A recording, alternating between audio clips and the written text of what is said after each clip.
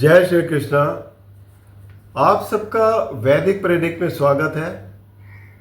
आज का विषय है गुरु का गोचर, जो 14 मई से ये वृषभ राशि से मिथुन राशि में आ रहे हैं।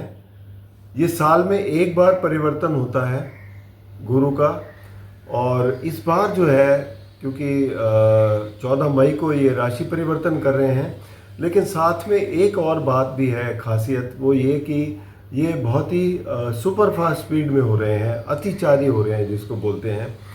तो इनका अतिचारी होना किस टाइप के प्रभाव करेगा, ज़रूरी बात है कि ये जीव कारक ग्रह हैं और बहुत से कारकत्व जुड़े हुए हैं इनके साथ, जैसे कि फाइनेंस का जुड़ा हुआ है, फैमिली का जुड़ा हुआ है और बच्चों का जुड़ा हुआ है, और ओवरऑल ग्रोथ देखी जाती है। भाग्य इनके साथ जुड़ा हुआ है, आध्यात्म, स्पिरिचुअलिटी, वो सब जो धर्म जुड़ा हुआ है।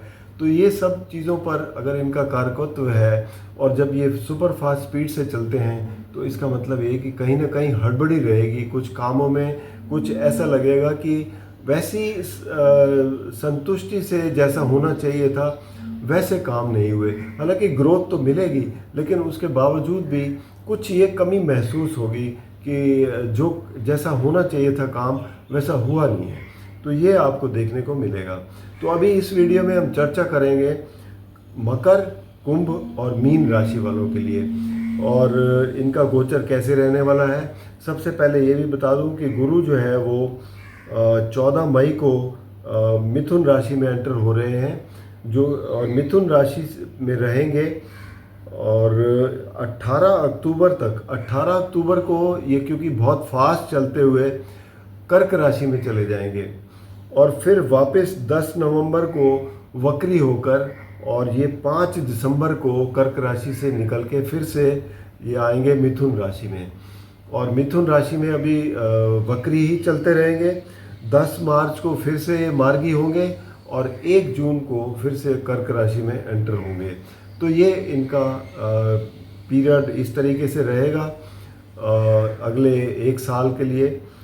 तो किस तरीके के प्रभाव रहने वाले हैं इस पर चर्चा करेंगे। सबसे पहले जिन्होंने नए ज्वाइन किया उनसे रिक्वेस्ट करता हूं, अगर आपने सब्सक्राइब नहीं किया तो कृपया सब्सक्राइब करके बेल आइकन ज़रूर दबा दें, ताकि आने वाली वीडियो की नोटिफिकेशन मिल जाए। और अगर आपको वीडियो पसंद आए तो आप इसे लाइक करें, शेयर करें, ताकि दूसरे भी इसका लाभ उठा सकें।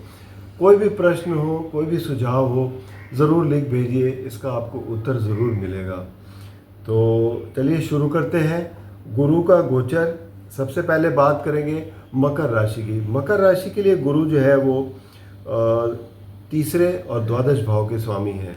मूल त्रिकोण राशि द्वादश भाव में पड़ती है। तो बेसिकली देखा जाए तो गुरु आपके व्यय के भाव के स्वामी हैं, मोक्ष के भाव के स्वामी हैं, और अगर आप कोई विदेश से जुड़े काम करते हैं, एक्सपोर्ट इंपोर्ट, तो उसको बढ़ावा देते हैं।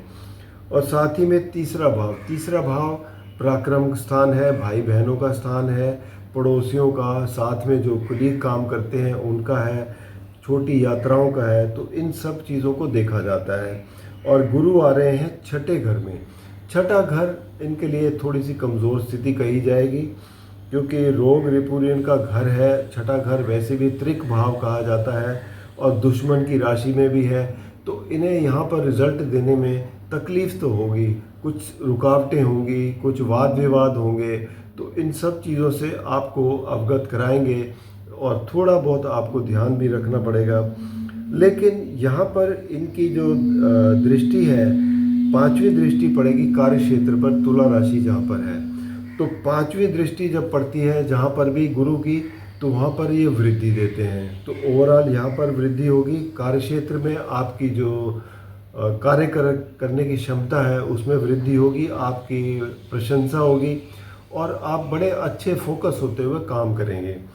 इसके बाद 7वीं दृष्टि पड़ेगी द्वादश भाव पर। द्वादश भाव आपका जो है बेसिकली मोक्ष का स्थान है, स्पिरिचुअलिटी का स्थान है।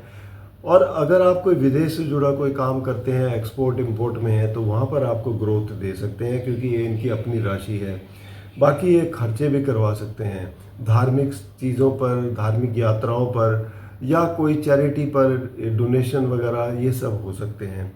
और इनकी दृष्टि नवम पड़ेगी धन भाव पर, तो धन में वृद्धि भी करेंगे। राहु बैठे हुए हैं जो अचानक से आपको धन का लाभ देते हैं, गुरु की दृष्टि आपको और ज़्यादा फायदा देगी। लेकिन एक चीज़ का ज़रूर ध्यान रखिएगा, जैसे मैंने बताया कि अतिचारी है, तो अतिचारी होते हुए कहीं ना कहीं आपको लगेगा कि काम वैसे नहीं हो रहे जैसे गुरु की दृष्टि से होते हैं। अब बीच में देखा जाए तो गुरु का गोचर 18 अक्टूबर को ये कर्क राशि में चले जाएंगे। कर्क राशि सप्तम भाव है आपका। सप्तम भाव आपके पति पत्नी के रिश्तों का है, पार्टनरशिप का है, बिजनेस पार्टनरशिप है, या बाहर के जितने भी आपके कॉन्ट्रैक्ट्स होते हैं बिजनेस से रिलेटेड उनका है, लंबी यात्राओं का है, पति पत्नी का तो है ही है। तो यहाँ पर बैठ कर, क्योंकि ऊंच के हैं, केंद्र स्थान है, तो यहाँ पर एक महापुरुष योग भी बनाते हैं, लेकिन थोड़े समय के लिए। तो ये यहाँ पर रहेंगे 5 दिसंबर तक, और तब तक के लिए बहुत अच्छा पीरियड रहेगा। आपको बिजनेस में भी ग्रोथ मिलेगी, पार्टनरशिप बहुत अच्छी चलेगी और आपको बहुत फ़ायदा मिलेगा। यहाँ से इनकी दृष्टि लाभ स्थान पर रहेगी, लाभ भी होता हुआ दिखाई देगा। और नवम दृष्टि पड़ेगी आपके पराक्रम स्थान पर, तो पराक्रम भी आपका काफ़ी वृद्धि होगी। भाई बहनों के साथ संबंध अच्छे रहेंगे, उनसे सहयोग मिलेगा, छोटी यात्राएं आपकी लाभप्रद होंगी, तो ये सब देखने को मिलेगा। लेकिन ये वापस जब मिथुन राशि में आएंगे कोई 5 दिसंबर को, तो फिर से वही मिथुन राशि वाले परिणाम आपको देखने को मिलेंगे। तो ये स्थिति रहेगी मकर राशि वालों की। अब बात करेंगे कुंभ राशि वालों के लिए। तो कुंभ राशि के लिए इनका गोचर होने जा रहा है पंचम भाव में। पंचम भाव लक्ष्मी स्थान है, त्रिकोण स्थान है, बहुत पावरफुल स्थान है, और गुरु जो है यहाँ के कारक भी हैं, क्योंकि ये बच्चों का भी स्थान है। और गुरु आपकी कुंडली के लिए लाभ स्थान के मालिक हैं और धन भाव के मालिक हैं, तो दोनों ही फाइनेंस से जुड़े हुए घर हैं।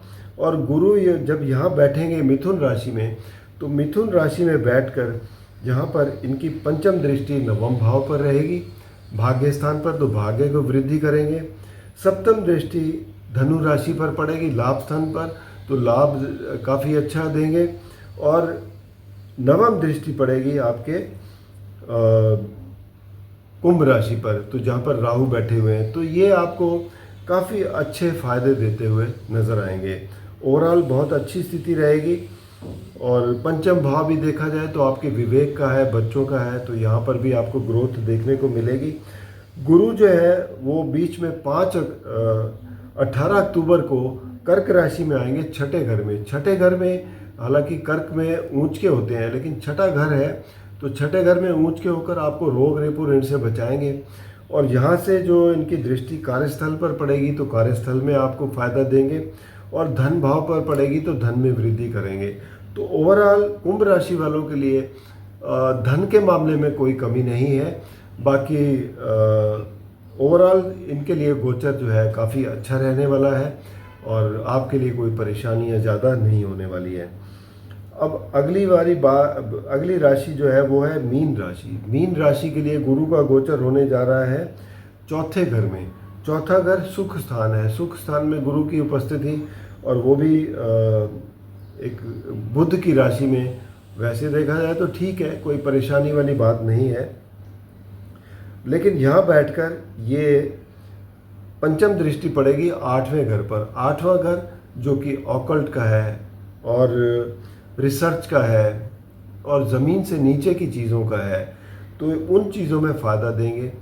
कुछ अचानक से कोई आपको फ़ायदा दे सकते हैं, कोई आपने एक्सपेक्ट ना किया हो वो आपको फ़ायदा हो जाए, तो वो ऐसी चीज़ें हो सकती हैं। सप्तम दृष्टि कार्यक्षेत्र पर पड़ेगी, तो कार्यक्षेत्र में आपके जो है कुछ अच्छा कर पाएंगे, आपका फोकस बहुत बढ़िया रहेगा, काम में आपकी प्रशंसा होगी, और आप अच्छे अपने सीनियर्स के या मार्केट में अगर बिज़नेस करते हैं तो वहाँ पर ग्राहकों की नज़रों में आपकी जो है इज़्ज़त काफ़ी बढ़ेगी। इसके अलावा नवम दृष्टि पड़ेगी द्वादश भाव पर। द्वादश भाव जहाँ राहु बैठे हुए हैं, तो यहाँ पर ये कि आप कुछ धार्मिक स्थलों में कुछ खर्चे कर सकते हैं, कुछ डोनेशंस दे सकते हैं। इंपोर्ट एक्सपोर्ट के बिज़नेस में हैं तो वो आपको फ़ायदा देगा और हो सकता है आप विदेश यात्रा भी जाएं, तो ऐसी स्थिति दिखाई देती है। ओवरऑल देखा जाए तो ठीक है। बाकी 18 अक्टूबर को ये कर्क राशि में आएंगे त्रिकोण स्थान में, तो कर्क राशि में ऊंच के हो जाएंगे और वहाँ से इनकी दृष्टि पड़ेगी भाग्य स्थान पर, भाग्य में वृद्धि करेंगे। नवम दृष्टि पड़ेगी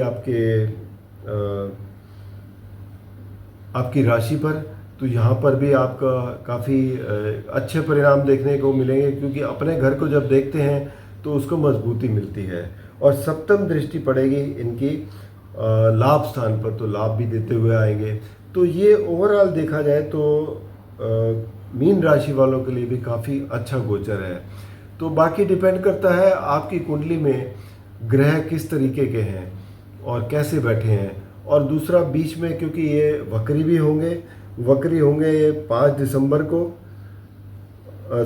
10 नवंबर को, और वक्री रहेंगे 10 मार्च तक। ये 4 महीने काफ़ी वक्री चाल में चलेंगे। तो वक्री चाल के रिज़ल्ट कुछ अलग ही होते हैं, क्योंकि ये कुछ ऐसे कर्मों से जोड़ते हैं जो आपके काम कुछ रह गए हों, उन्हें पूरा करने का समय आ गया हो, तो इस तरीके से ये आपको अवगत कराते हैं। लेकिन वक्री के ऊपर उस वक़्त एक अलग से वीडियो बनाएंगे कि किस तरीके के परिणाम मिलेंगे। तो अभी जो के लिए आपके लिए ये समझ के चलिए कि इस तरीके के आपको अच्छे परिणाम देखने को मिलने जा रहे हैं। और लेकिन ये ज़रूर ख्याल में रखिए कि अतिचारी हैं, अतिचारी में थोड़ी हड़बड़ी ज़रूर होती है। तो कहीं ना कहीं जो इनका काम का जो मार्कअप होता है वो थोड़ा सा लो रह सकता है, जो सेटिस्फेक्शन लेवल है वो कम हो सकता है। ये सब आपको देखने को मिलेगा इनके गोचर में, क्योंकि यहाँ से लेके अगले 8 साल तक गुरु जो है वो ऐसे ही बिहेव करने जा रहे हैं, जिसका असर देखा जाए तो पूरी दुनिया पर ही पड़ेगा। फाइनेंशियल सिस्टम पूरी दुनिया में ही हिल जाएंगे और सबको इसका कुछ ना कुछ असर तो दिखाई देगा। तो इसके ऊपर बाकी चर्चा बाद में करेंगे जब वक्री होंगे। और आपकी कुंडली में अगर गुरु कमज़ोर हैं तो उसके लिए आप उपाय कर सकते हैं, जैसे कि सबसे पहले तो घर में माता पिता सबसे पहले गुरु होते हैं, उनकी सेवा करिए, उससे आपको बहुत अच्छे फ़ायदे मिलेंगे। और साथ ही में अगर आप विष्णु सहस्त्र नाम का जाप करते हैं तो उससे आपको बहुत फ़ायदा होगा। व्यक्तिगत रूप में आपको कोई समस्या है तो आप नीचे दिए गए नंबर पर संपर्क करें, या फिर vedicpredict@gmail.com पर लॉगिन करके अपनी जन्म की विवरण दें और अपनी कुंडली का विश्लेषण करवा सकते हैं। धन्यवाद।